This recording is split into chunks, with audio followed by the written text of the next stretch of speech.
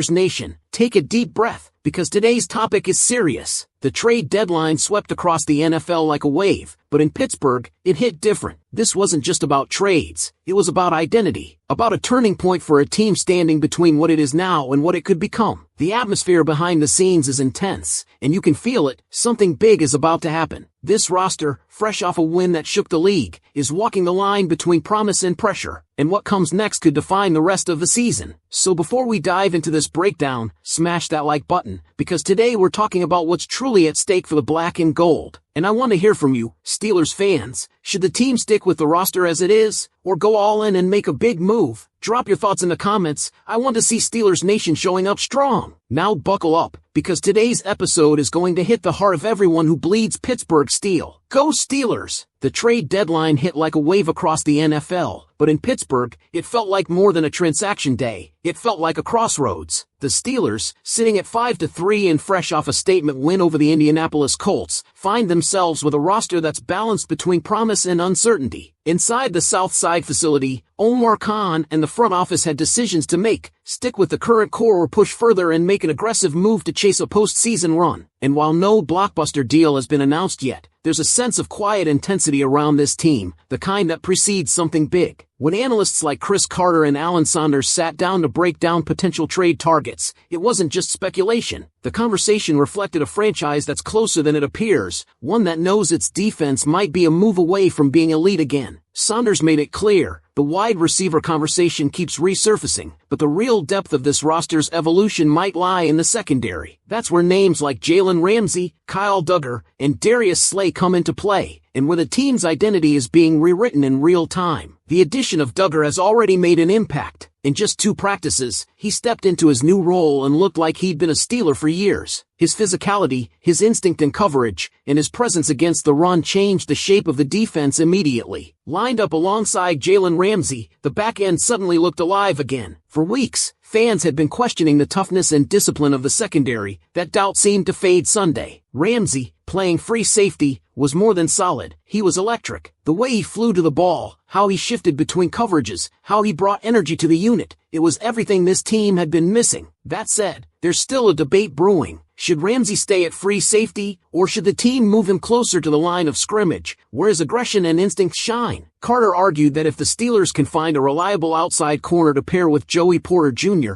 it could allow Ramsey to play more freely, to roam, attack, and dictate tempo. The idea of settling Ramsey permanently at free safety feels tempting, but the Steelers' tradition has always been built around versatility. That flexibility could be what makes this defense special again. Still, there's no denying that Darius Slay remains a question mark. His toughness can't be questioned. Popping a dislocated finger back in and demanding to return to the field tells you everything about his mentality. But his speed has been a concern. Against the Colts, he showed flashes of the veteran skill set that made him so respected across the league, yet there were moments where his reaction time cost the team. For now, the staff isn't ready to give up on him, and neither are the players around him. In the locker room, Slay's voice carries weight, and his grit through injuries keeps him in the lineup. But fans know it. This defense can't afford to carry anyone who's half a step slow. Not in November, not when every game feels like a playoff preview. And that brings us back to the trade conversation. Chris Carter's list of potential targets told the story of a front office still evaluating whether to strike now or stay patient. From Eric Stokes in Las Vegas to Javon Holland and Cordell Flott with the Giants, there are options across the board. Most of these would be short-term moves, rentals designed to patch the holes rather than redefine the future. But names like Justin Reed, Chris Olave, Jalen Waddle, and Buda Baker, those aren't patchwork solutions. Those are foundational shifts. Reed, a steady veteran presence from New Orleans, could lock down the back end and let Ramsey float freely. Waddle and Olave, though flashy, raise a bigger question. Do the Steelers really need another high-priced receiver when they're trying to build around a ground-and-pound philosophy and a defense-first identity? Carter made the point clearly. This offense runs through balance, not star power. Spending heavy on another receiver might be counterproductive when you have developing weapons like Roman Wilson and Calvin Austin waiting for more snaps. That's the heart of the current debate, the balance between patience and aggression, between building for the long term and striking while the window feels open. Jalen Waddle's name stirs excitement, sure, but would Omar Khan really trade a second-round pick and commit to another massive contract just to pair him with DK Metcalf? That move feels unlikely for a front office that's been careful not to overcommit financially after dealing Minkah Fitzpatrick and reshaping the roster's salary structure. Meanwhile, the defensive side of the ball feels like it's finally beginning to sink. The combination of Watt, Highsmith, and now Peyton Wilson has given the front seven its teeth back. Wilson, in particular, played like a revelation against the Colts, 13 tackles, a tipped interception, and the kind of speed that changes drives. Fans remember his early struggles, but this version of Peyton Wilson looked like the future. Watching him chase down receivers from behind, seeing how he anticipates routes and closes gaps, you get the sense that Pittsburgh might have found something special in the middle again. And for all the talk of trades, maybe that's the real takeaway here. This defense might already have what it needs. The secondary is still adapting, but when you combine Ramsey's leadership, Duggar's raw ability, and the steady resurgence of Joey Porter Jr.,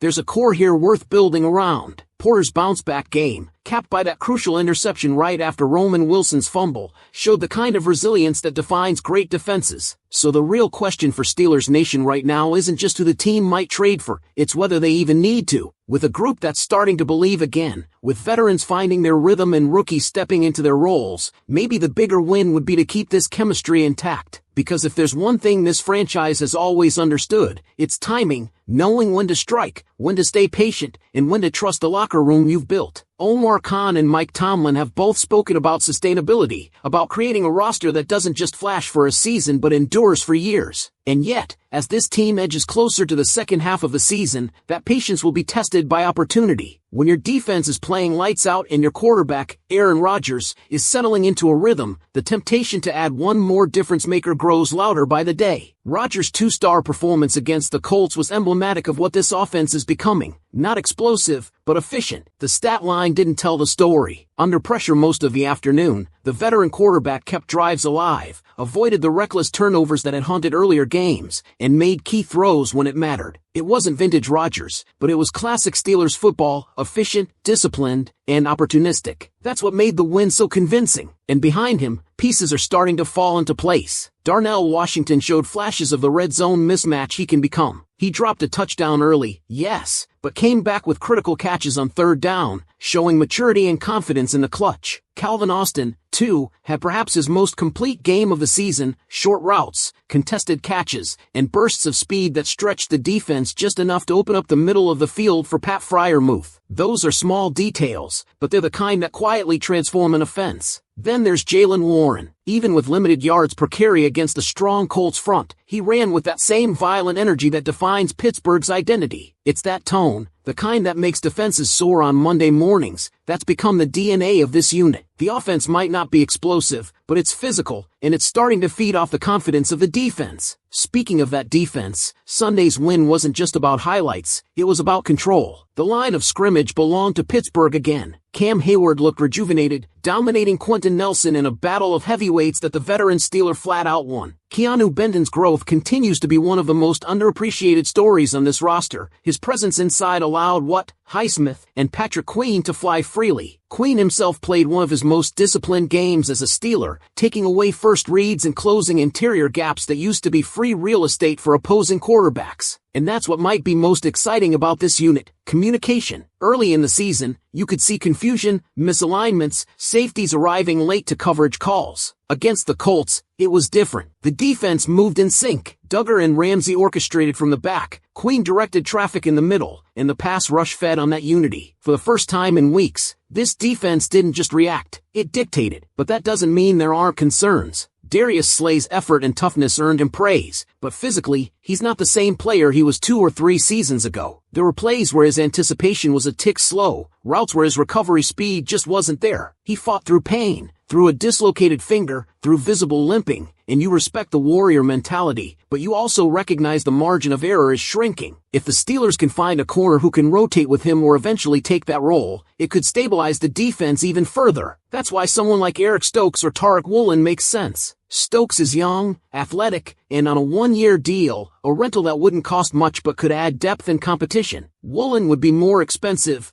Sure, but pairing him opposite Joey Porter Jr. would create a cornerback tandem with length, aggression, and youth. The question is whether the Seahawks would part with him while they're still in playoff contention. Then there's Buda Baker, the name that keeps resurfacing in fan circles. He's the kind of player who changes a defense overnight, a tone setter, a leader, and a natural fit for Pittsburgh's defensive culture. Pairing him with Duggar could bring back shades of the Fitzpatrick-Polamalu dynamic, aggressive, instinctive, and fearless. The price would be steep, but if Khan wanted to send a message to the locker room that this season is all in, that's the move that does it. Still, there's another perspective, one that Alan Saunders voiced. Maybe this team shouldn't touch a thing. Maybe they've already made their move with Duggar. Maybe what we're seeing right now, this chemistry, this mix of veterans and rookies finding rhythm, is too valuable to risk shaking up. Because for the first time all season, the Steelers look like a unit that believes in its own evolution. And belief might be the most dangerous thing in football. This game wasn't just a win. It was a reminder of what happens when Pittsburgh plays on its terms. When the defense sets the tone, the offense manages the game, and the energy on the sideline feeds into every tackle, every sack, every third down stop. This team becomes something different. You could feel it on that Roman Wilson redemption drive. After his earlier fumble nearly swung momentum the other way, the rookie didn't shy away, didn't hide. He came back on the next series with sharp routes and crisp execution. That kind of response tells you everything about where this locker room is mentally. It's gritty, it's imperfect, but it's alive. So now, as the trade deadline ticks down, the question isn't just what the Steelers will do, it's what they should do. Is one more trade worth disrupting the chemistry that's finally starting to click? Or is standing pat the smartest move of all, trusting that this defense, with its blend of veterans like Watt, Hayward, Ramsey, and rising stars like Wilson and Duggar, can carry them deep into the season? Steelers Nation, what do you think? Should Omar Khan make that bold move before the deadline, or has this team already found its formula for the stretch run?